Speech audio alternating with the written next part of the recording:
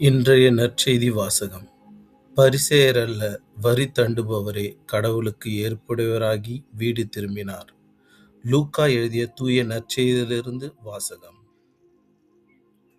அக்காலத்தில் தாங்கள் நேர்மையானவர் என்று நம்பி மற்றவர்களை இகழ்ந்து ஒதுக்கும் சிலரை பார்த்து இயேசு இந்த உவமையை சொன்னார். இருவர் இறைவனிடம் வேண்ட கோவிலுக்கு சென்றனர். ஒருவர் பரிசேயர், மற்றவர் வரி தண்டுபவர். பரிசேயர் நின்று கொண்டு இவ்வாறு இறைவனிடம் வேண்டினார்: கடவுளே, நான் கொள்ளையர், நேர்மையற்றோர், விபசாரர் போன்ற மற்ற மக்களைப் போலவோ இந்த வரி தண்டுபவரைப் போலவோ இல்லாதது பற்றி உமக்கு நன்றி செலுத்துகிறேன். வாரத்தில் 2 முறை நோன்பிருக்கிறேன்.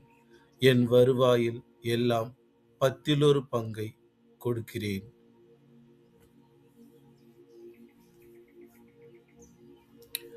ஆனால் வரி தண்டுபவர் தொலையில் நின்று கொண்டு வானத்தை அண்ணாந்து பார்க்கக்கூட துணியாமல் தம் மார்பில் அடித்துக்கொண்டு, கடவுளே, பாவியாகிய என் மீது இரங்கியருளும் என்றார்.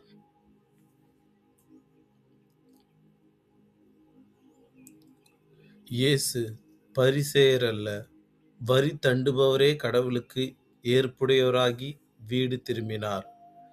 ஏனெனில் தம்மை தாமே உயர்த்துவோர் தாழ்த்தப் பெறுவர், தம்மை தாமே தாழ்த்துவோர் உயர்த்தப் பெறுவர் என நான் உங்களுக்கு சொல்கிறேன் என்றார்.